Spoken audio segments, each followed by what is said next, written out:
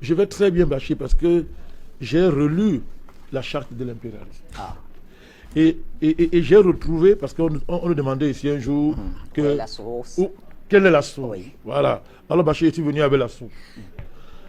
La présente charte a été élaborée à Washington pendant la traite négrière.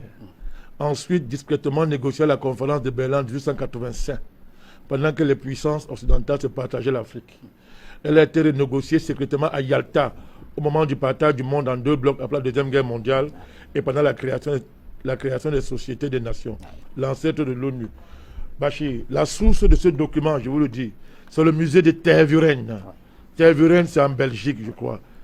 Tervuren, c'est en Belgique. Donc nous donnons la source. Si vous allez là-bas, vous allez trouver l'original de ce document. Parce que quand on parle ici, on dit non, il n'y a pas de preuve. Voici la preuve. Donc on donne les sources de l'origine. La première, regardez. Article 1, je vais si vous voulez rapidement. La devise de l'impérialisme, c'est gouverner le monde et contrôler les richesses de la planète. Notre politique est de diviser pour mieux régner, dominer, exploiter et piller pour remplir nos banques et faire d'elles les plus puissantes du monde. Article 2 de la charte. Aucun pays du tiers-monde ne constitue un État souverain et indépendant. Article 3. Tout pouvoir dans le tiers-monde émane de nous. Nous l'exerçons par la pression sur les dirigeants qui ne sont que nos marionnettes. Aucun organe du tiers-monde ne peut s'en attribuer l'exercice. Tous les pays du tiers-monde sont divisibles et leurs frontières déplaçables selon notre volonté. Le respect de l'intégrité territoriale n'existe pas pour le tiers-monde. On va arrêter de Il y a combien d'articles à peu près? Non, c'est beaucoup. Je survole, appelez-vous. Tout pouvoir et gouvernement établi par nous est légal, légitime et démocratique. Article 6. Mais tout autre pouvoir ou gouvernement qui n'émane pas de nous est illégal, illégitime et dictatorial, quelle que soit sa forme et sa légitimité. Tout pouvoir qui oppose la moindre résistance à nos injonctions perd par le fait même sa légalité, sa légitimité et sa crédibilité. Il doit disparaître. Article 11. La liberté d'expression, la liberté d'association et les droits de l'homme n'ont de sens que dans le pays où les dirigeants s'opposent à notre volonté. Bachir, écoutez très bien. Article 17, je saute. Notre aide doit être accompagnée de recommandations fortes de nature à empêcher et briser toute action de développement des pays du tiers-monde. Article 18. Nos armées doivent toujours être plus fortes et plus puissantes que les armées des pays du tiers-monde. La limitation et l'interdiction d'armes de destruction massive ne nous concernent pas, mais les autres.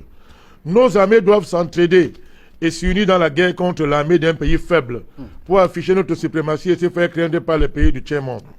Toute intervention militaire, Bachir, a pour objectif de protéger nos intérêts et ceux de nos valets. Toute opération d'évacuation de ressortissants des pays occidentaux cache notre mission réelle, celle de protéger nos intérêts et ceux de nos valets. Je termine par l'ONU. Écoutez bien, article 22. L'ONU est notre instrument. Nous devons l'utiliser contre nos ennemis et les pays du tiers-monde pour protéger nos intérêts. Article 23.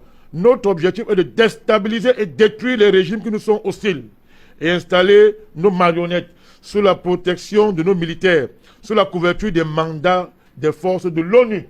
Monsieur Bachir, dites bien, les résolutions de l'ONU sont des tests qui nous donnent le droit et les moyens de frapper, de tuer et de détruire les pays dont les dirigeants et les peuples qui refusent de se soumettre à nos injonctions sous la couverture des résolutions du Conseil de sécurité de l'ONU. Mon cher Bachir, je termine par là. Notre devoir, article 25, est de maintenir l'Afrique et d'autres pays du monde dans le sous-développement.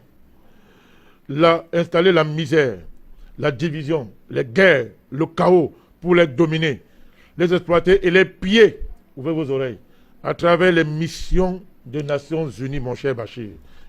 Notre règle d'or, article 26, est la liquidation physique des leaders et dirigeants nationalistes du tiers-monde. Alors Bachir, je ne continue pas. Ouais.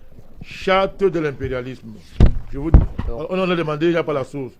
Tervuren se trouve le musée royal de l'Afrique centrale.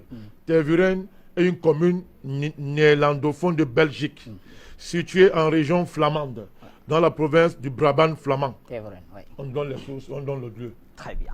Voilà.